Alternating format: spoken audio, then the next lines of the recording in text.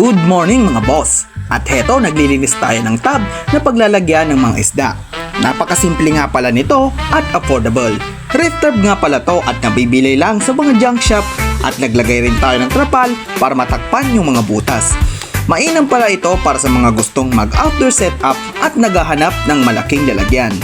Sa episode na nga ito guys ay nag-drop yung mga molly natin ng napakadaming fry na sakto para sa setup natin.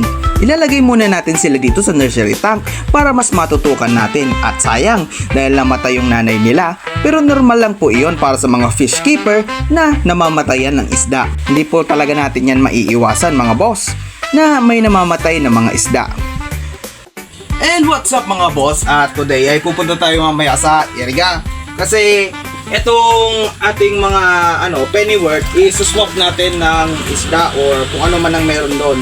Kaya ito, ayan meron na pating mga bagong tubo. Dadalhin natin to, i-ship natin to.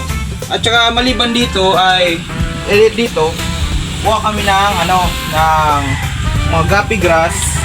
Ito yung mga boss, mga isang plastic ng yellow. Tapos ito na mga tilapia. Kaya yun guys. Kaya abangan na lang natin mamaya pag nandun na kami. See you guys.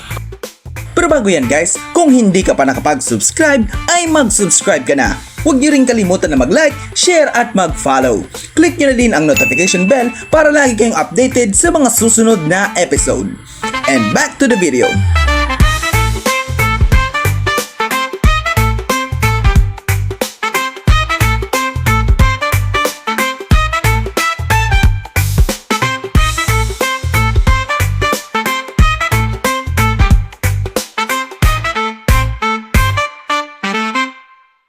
At heto mga boss, halos ma-sold out na yung isda at buti na lang ay may naabutan pa tayo. Marami kasi yung bumibili sa kanila recently. At sa episode na to ay bumili nga pala kami guys ng mga platy, siglid at itong mga hammerhead. Sari-sari nga pala guys ang mga isda na naririto at sadyang hindi natin nabibidyoan dahil nagkakaubusan talaga dahil na rin sa dami ng mga bumibili.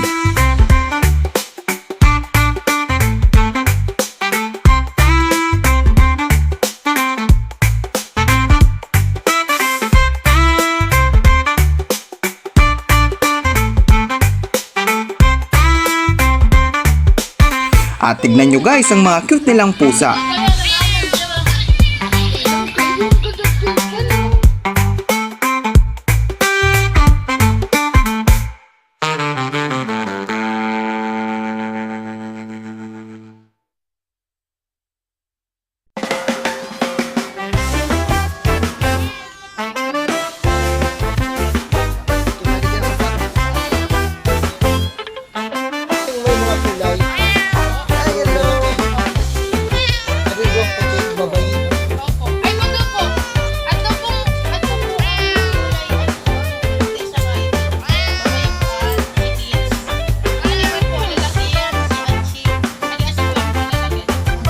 Dito na po tayo natatapos. Sa part 2 na lang natin ipapakita ang ating mga nabiling mga alaga at mga new arrival sa kanilang shop. Kaya guys, see you and God bless.